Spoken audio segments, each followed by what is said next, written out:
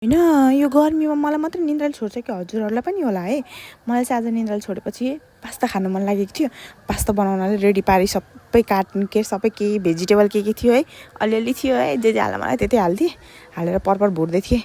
भुटेर त मस्त लागेर टमाटर हालेँ, टमाटरको पेस्ट बनाउनु पऱ्यो। त्यसपछि त क्या मजाले, अनि त्यसपछि त पास्ता रेडी थियो। पास्ता हालेर पास्तालाई मरम मसला त्यो के थियो सब आमा क्या खतरा मिठो बास्ना आइरहेको थियो कि फेरि ओफो भन्दै।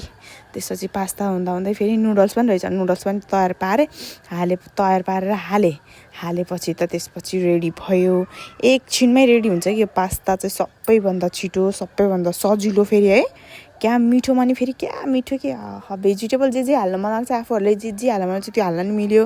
हाम्रो चाहिँ पास्ता रेडी भयो। बोल्दा के बोली अनि रेडी भएपछि प्लेटमा हाल्दैछु म है। प्लेटमा हाल्ने बनाउनु चाहिँ म मात्रै, खाने चाहिँ अहिले होइन जनताहरू छ खाना त आम्मामा आज पनि चपस्टिकले खाने रे कि हाम्रो जनताहरूले। फेरि म चाहिँ टक्क लाएर लिएर जाँदैछु है। 2जनालाई त पहिले पुऱ्याइसकेको थिएँ, 1जनालाई पुऱ्याउन बाँकी थियो। ल झ्याप्प राखिदिएँ। अब हेर्नुहोस् खाने मान्छे त ओहो मोबाइल हेर्दै के मेरी आमा। म चाहिँ फेरि चपस्टिकले खानै नआए के ओहो समात्नै नआए समातिरहेको छु कि फेरि। आजलाई यति नै।